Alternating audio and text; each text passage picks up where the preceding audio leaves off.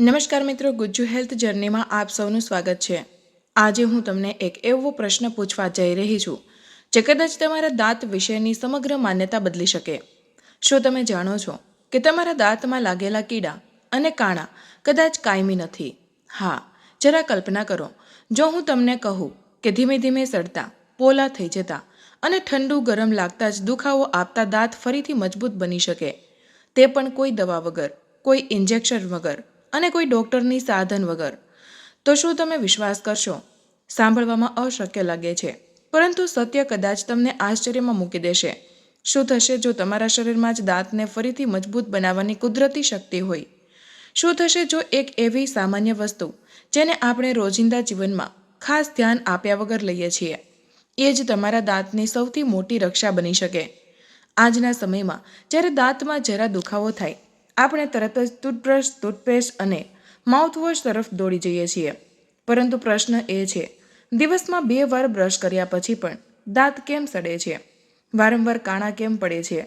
લાખો લોકો રોજે સફાઈ કરે છે, છતાં દાંતની સમસ્યાઓ વધતી કેમ જાય છે?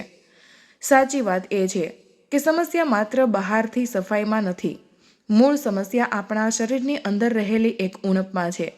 જ્યાં સુધી એ ઉણપ પૂરી નહીં થાય, ત્યાં સુધી ગમે તેટલી મોંઘી પેસ્ટ કે માઉથવોશ કામ નહીં કરે। પરિણામ એ જ દુખાવો, લોહી આવવું, ઝણઝણાટી અને તૂટતા દાંત। હવે ફરી એકવાર કલ્પના કરો, થોડા જ અઠવાડિયામાં તમારા દાંત ચમકદાર, મજબૂત અને ટકાઉ બની જાય, જાણે કોઈએ તેમને ફરીથી નવા બનાવી દીધા હોય, અને એ જ ડૉક્ટર પાસે ગયા વિના। રોમાંચક નથી લાગતું? સત્ય એ છે કે આપણું શરીર પોતાની જાતને ફરીથી બનાવવાની અદ્ભુત ક્ષમતા ધરાવે છે। જરૂર છે તો ફક્ત સાચા પોષણની, એવી એક સરળ વસ્તુની જે આ કુદરતી પ્રક્રિયાને સક્રિય કરી શકે।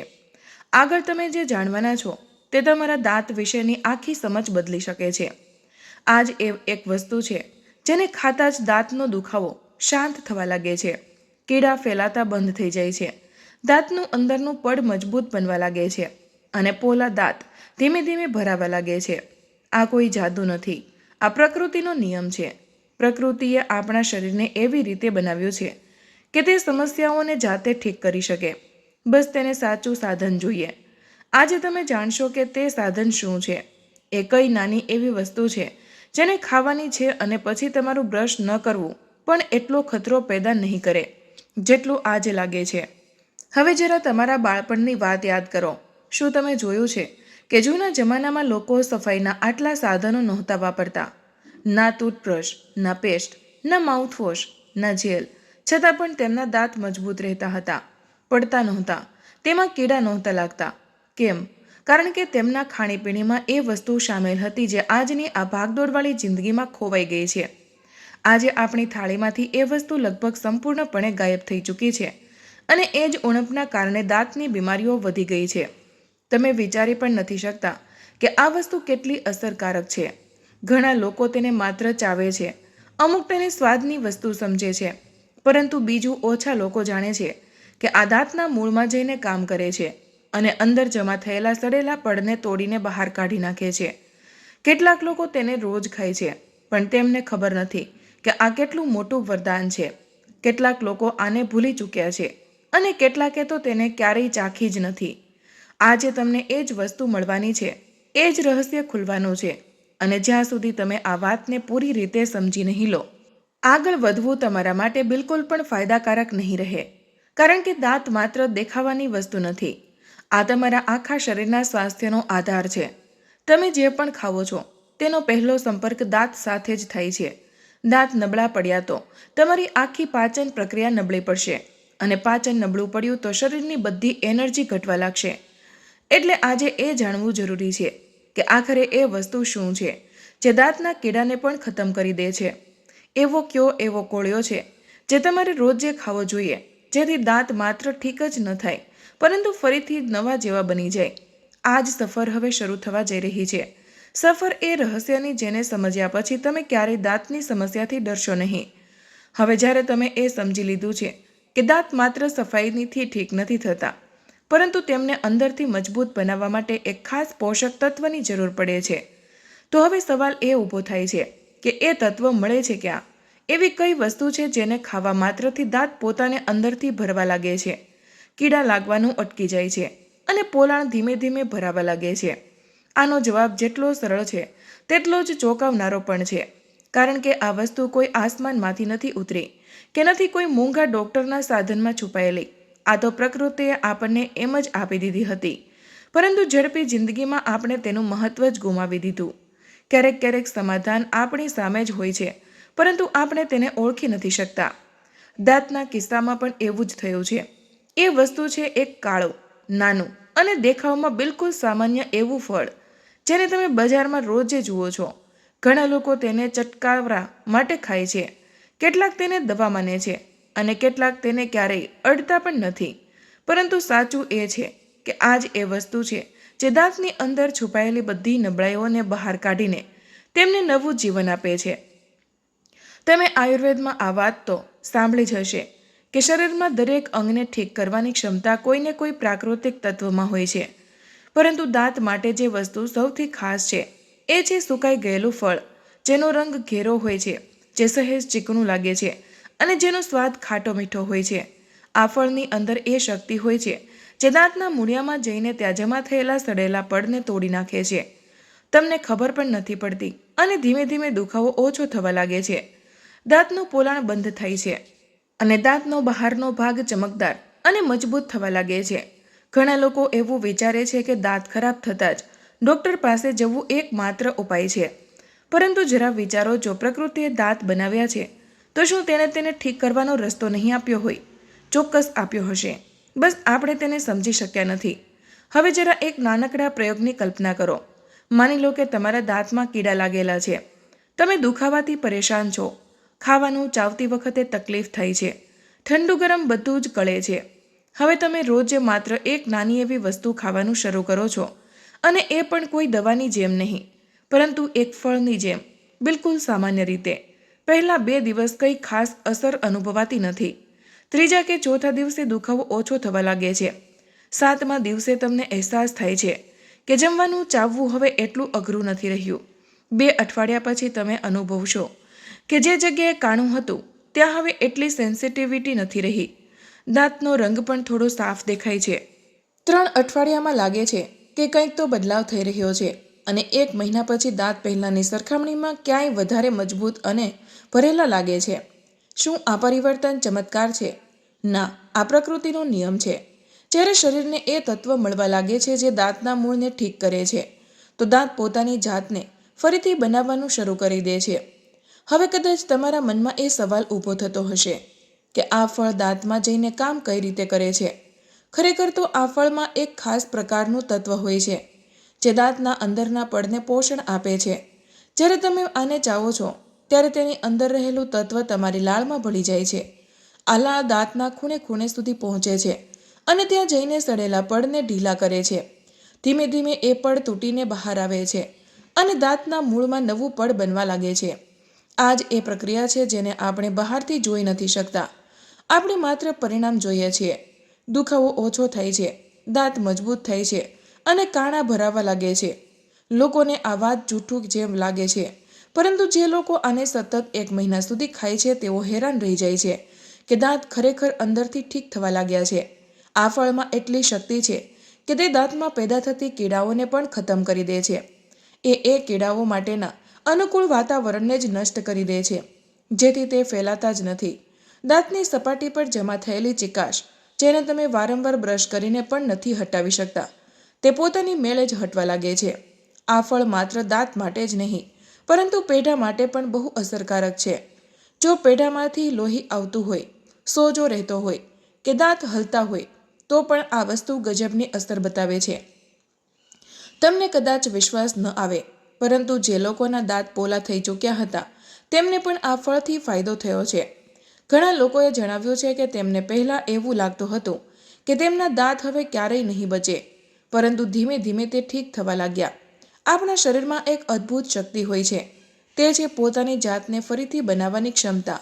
બસ એ જ શક્તિને જગાડવાનું કામ આ નાનકડું ફળ કરે છે. અને આ જ કારણ છે કે જૂના જમાનામાં દાંતની બીમારી લગભગ નહોતી થતી, કારણ કે તે સમયે લોકો આ ફળને રોજે ખાતા હતા. પરંતુ આજે તે આપણા ભોજનમાંથી ગાયબ થઈ ગયું છે.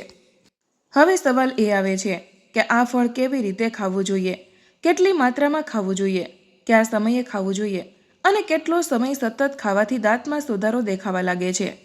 આ સવાલોના જવાબ તમને આગળના ભાગમાં મળશે, કારણ કે એ જાણવું એટલું જરૂરી છે જેટલું એ જાણવું કે આ ફળ દાંતને કેવી રીતે ઠીક કરે છે. ખોટી રીતે ખાવાથી તેને અસર ઓછી થઈ જાય છે અને સાચી રીતે ખાવાથી તે ગજબનો પ્રભાવ બતાવે છે. હવે અસલી રહસ્ય આગળના ભાગમાં ખુલશે કે આ ફળનો ઉપયોગ કેવી રીતે કરવો જેથી તમારા દાંત સાચે જ ફરીથી નવા જેવા બની જાય. અત્યાર સુધી તમે એ સમજી ચૂક્યા છો કે પ્રકૃતિએ આપણને એક એવી અમૂલ્ય વસ્તુ આપી છે જે દાંતની અંદર જઈને તેમને ફરીથી બનાવવાની ક્ષમતા ધરાવે છે. પરંતુ હવે સૌથી મહત્વની વાત એ છે કે આનો ઉપયોગ કઈ રીતે કરવો, કઈ રીતે આને રોજિંદા જીવનનો હિસ્સો બનાવવો જેથી તેની અસર સૌથી ઊંડી અને સૌથી ઝડપી જોવા મળે. કારણ કે સાચી રીત અપનાવ્યા વિના કોઈ પણ પ્રાકૃતિક ઉપાય પોતાનો પૂરો પ્રભાવ નથી બતાવી શકતો. હવે જરા એક સાધારણ એવી કલ્પના કરો. તમે એક નાનકડું કાળું ગોળ ફળ હાથમાં લો છો. તેની સપાટી થોડી ચમકદાર છે, સહેજ ચીકાશવાળી છે. જેવું તેને મોંમાં મૂકો છો તેનો સ્વાદ પહેલાં થોડો ખાટો લાગે છે, પછી ધીમે ધીમે મીઠો થઈને ઓગળવા લાગે છે. તમે તેને ચાવો છો અને તેનો રસ તમારા આખા મોંમાં ફેલાઈ જાય છે. તમે અનુભવો છો કે દાંત પર જમા થયેલા પડ પર તેની હળવી અસર એ જ ક્ષણે શરૂ થઈ ચૂકી છે. આની આ અસર સાધારણ નથી. જેવો આ રસ તમારા લાળમાં ભળે છે એ એક શક્તિશાળી ઔષધની જેમ તમારા દાંત સુધી પહોંચે છે. તે દાંતની અંદરની નસોમાં જઈને સોજો ઓછો કરે છે, સડેલા ભાગોને ઢીલા કરે છે અને દાંતને એક નવું પડ બનાવવાનો સંકેત આપે છે. આ પ્રક્રિયા ધીમે ધીમે થાય છે, પરંતુ જેટલી ઊંડાણપૂર્વક થાય છે એટલું જ કમાલનું પરિણામ આપે છે. હવે વાત આવે છે કે આને કઈ રીતે ખાવાનું છે. સૌથી પહેલાં તમારે એ સમજવું પડશે કે દાંત રાતના સમયે સૌથી ઝડપથી પોતાની જાતને ઠીક કરે છે. જ્યારે શરીર આરામમાં હોય છે, જ્યારે ખોરાક પચી ગયો હોય છે અને જ્યારે શરીરના કોઈ ભાગ પર દબાણ નથી હોતું, ત્યારે જ રિપેરિંગનું કામ શરૂ થાય છે. આ જ કારણ છે કે આ ફળ રાત્રે ખાવાથી સૌથી વધુ અસર બનાવે છે. તમારે સૂવાના 1 કલાક પહેલાં કોઈ પણ અન્ય ખોરાક ખાધા વગર બસ આ જ ફળ લેવાનું છે. આને ધીમે ધીમે ચાવવાનું છે, જલ્દી ઉતારી નથી જવાનું. કારણ કે જેટલી વાર આ તમારા મોંમાં ઓગળતું રહેશે એટલો જ વધુ સમય આ તમારા દાંત સાથે પસાર કરશે અને એટલો જ વધુ લાભ આપશે. આ ફળને ચાવતી વખતે તમારે ઉતાવળ નથી કરવાની. દરેક કોળિયાને ધીમેથી દબાવવાનો છે જેથી તેનો રસ નીકળીને દાંતના દરેક પડ સુધી પહોંચી શકે. જેવો આ રસ તમારા પેઢા સુધી પહોંચે છે ત્યાંનો સોજો ધીમે ધીમે ઓછો થવા લાગે છે. જો તમારા મોઢામાંથી લોહી આવતું હોય તો આ રસ તરત જ તેને રાહત આપે છે. જો દાંતમાં કાણું છે તો આ રસ તે જગ્યાએ ભરવાની પ્રક્રિયા શરૂ કરી દે છે. જો દાંતમાં ઝણઝણાટી રહેતી હોય તો આ રસ એ નસને શાંત કરી દે છે. હવે એક બીજી મહત્વની વાત, જો તમારા દાંતમાં કીડા લાગેલા છે તો આ ફળ તેમના માટે બિલકુલ અનુકૂળ વાતાવરણને ખતમ કરી દે છે. કીડા એ જગ્યા પર પેદા થાય છે જ્યાં ચીકાશ, ગંદકી અને સડેલું પડ હોય. પરંતુ જેવું આ ફળ લાળમાં ભળીને દાંતની ઉપર એક સુરક્ષાત્મક પવડ બનાવે છે, કીડા ત્યાં જ મરવા લાગે છે. ધીમે ધીમે તેનો આખો ફેલાવો ખતમ થઈ જાય છે. હવે આ સવાલ જરૂરી છે કે આને કેટલા દિવસો સુધી ખાવું. જો તમારા દાંતમાં હળવી સમસ્યા છે, જેમ કે થોડી ઝણઝણાટી, હળવો દુખાવો અથવા દાંત નબળા લાગવા, તો તમારે આને સતત 15 દિવસ સુધી ખાવું જોઈએ.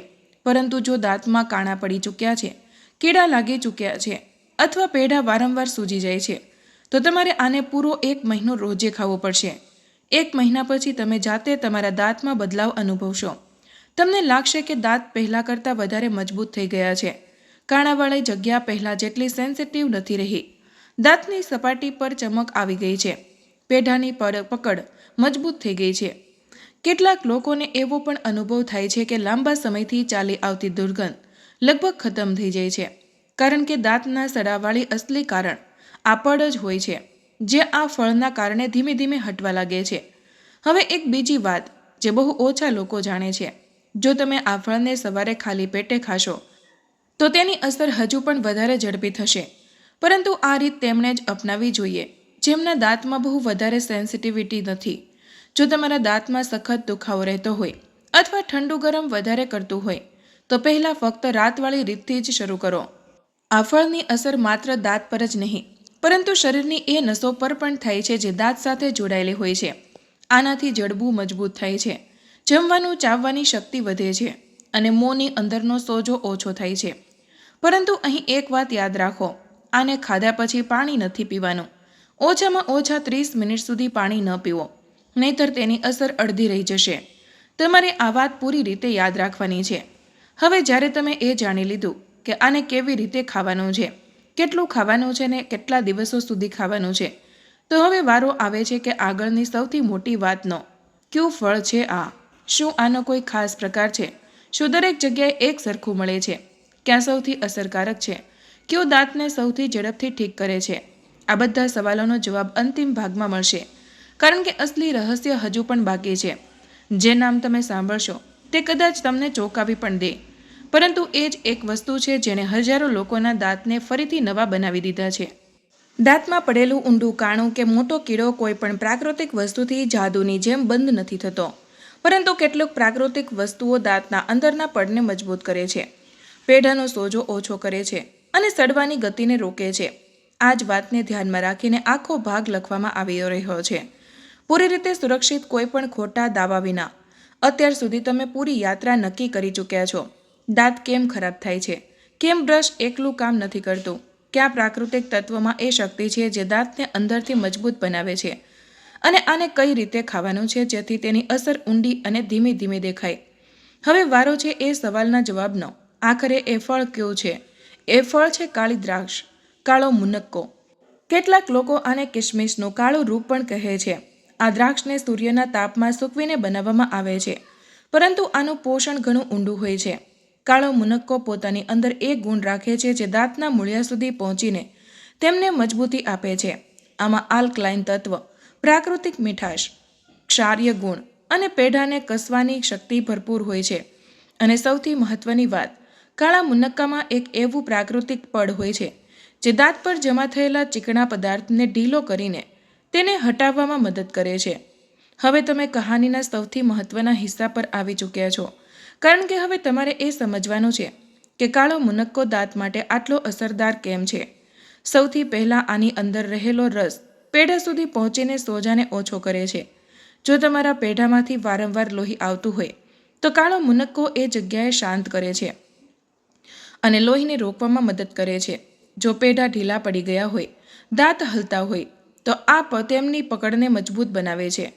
હવે દાંતના અંદરના પડની વાત કરીએ. કાળા મુનક્કામાં એ પ્રાકૃતિક ખનિજ હોય છે જે દાંતના મળિયા સુધી જઈને તેમને પોષણ આપે છે.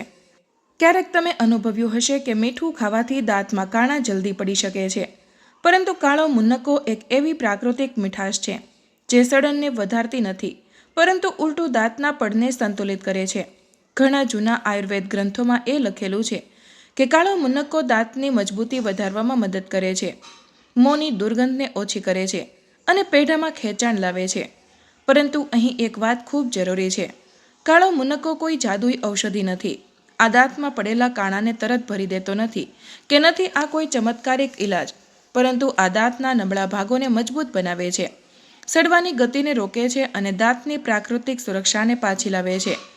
આ જ કારણ છે કે જ્યારે ત્યારે તમે આને રાત્રે ધીમે ધીમે ચાવો છો, તેનો ગાઢ રસ દાંત પર ચોંટી જાય છે અને ત્યાં કામ શરૂ કરી દે છે. હવે આને ખાવાની સાચી રીત ફરીથી સમજી લો.